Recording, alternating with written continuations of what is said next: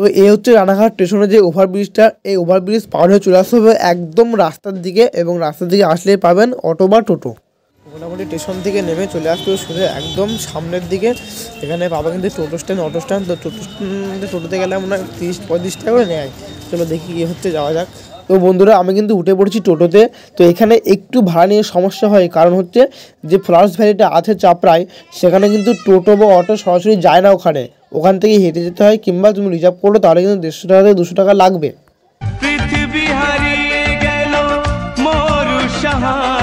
প্রকৃতির এই সৌন্দর্য ও মাঠের ক্ষেত দেখতে দেখতে চলেছি চাপড়া ফ্লাওয়ার্স ভ্যালির উদ্দেশ্যে। তো চলো যাওয়া যাক, দেখি আর কতক্ষণ লাগে। মোটামুটি রানাঘাট স্টেশন থেকে টোটোতে আধ ঘন্টা লেগে যাবে। হ্যালো এভরিওয়ান, আজ আমি চলে এসেছি রানাঘাটের বুকে যে ফ্লাওয়ার ভ্যালিটা আছে সেখানে।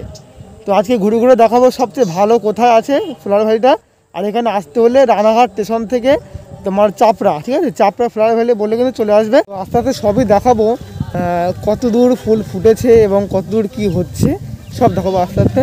তো চলো সামনের দিকে আস্তে আস্তে যাবো আমি এবং দেখাবো তোমাদেরকে।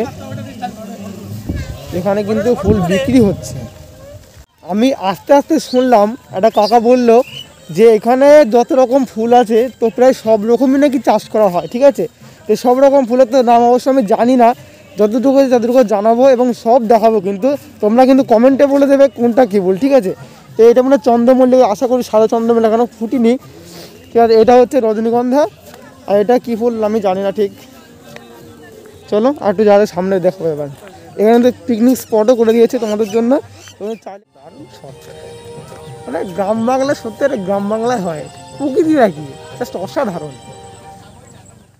ফুল যেমন নরম তেমনই সূক্ষ্ম, তার জন্য কিন্তু এত কারুকার্য। এই যে চালগুলো করা আছে, চালগুলো কেন করা আছে তোমাদের কি মনে হয় বন্ধুরা? শীতের যে কুয়াশাগুলো হয়, এই কুয়াশাও কিন্তু এই ফুল সহ্য করতে পারবে না, সেই জন্যই কিন্তু এই চালগুলো করা। কারণ শীতের কুয়াশা পড়লে ফুলগুলো সব দাগ হয়ে যাবে।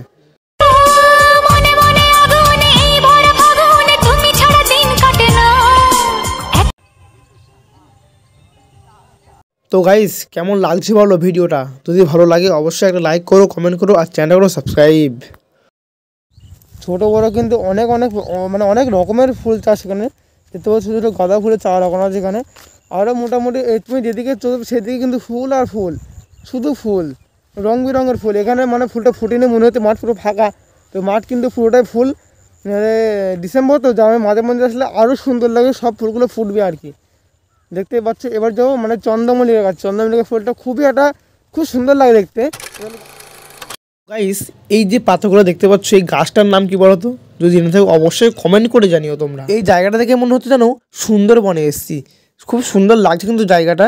আর আমার ভয়েসটা এত পরিমাণ বাদে দেখেছি বলার নেই, তাহলে এত ঠান্ডা লেগেছে। এইবারে ঘুরতে ঘুরতে চলে এসেছি মোরগ ফুলের বাগানে। তো এই মোরগ ফুল কিন্তু সবারই প্রায় চেনা। তো এই মোরগ ফুল কার কার ভালো লাগে অবশ্যই কমেন্ট করে জানিও, আর কার কার বাড়িতে লাগানো আছে সেটাও কমেন্ট করে জানিও। এখানে কিন্তু অনেক মানুষই ঘুরতে আসে।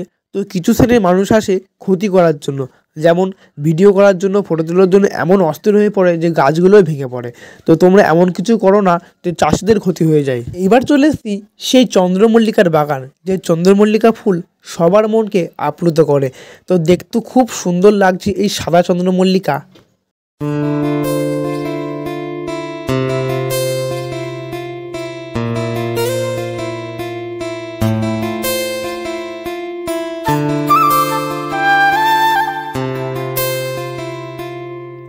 বন্ধুরা ভিডিওটা আমি এখানে শেষ করলাম। যদি তোমাদের ভালো লাগে ভিডিওটা তাহলে অবশ্যই লাইক করো, আর কমেন্ট করে জানিও তোমাদের ভিডিওটা কেমন লেগেছে, আর চ্যানেলটা অবশ্যই করো সাবস্ক্রাইব। তো চলো টাটা।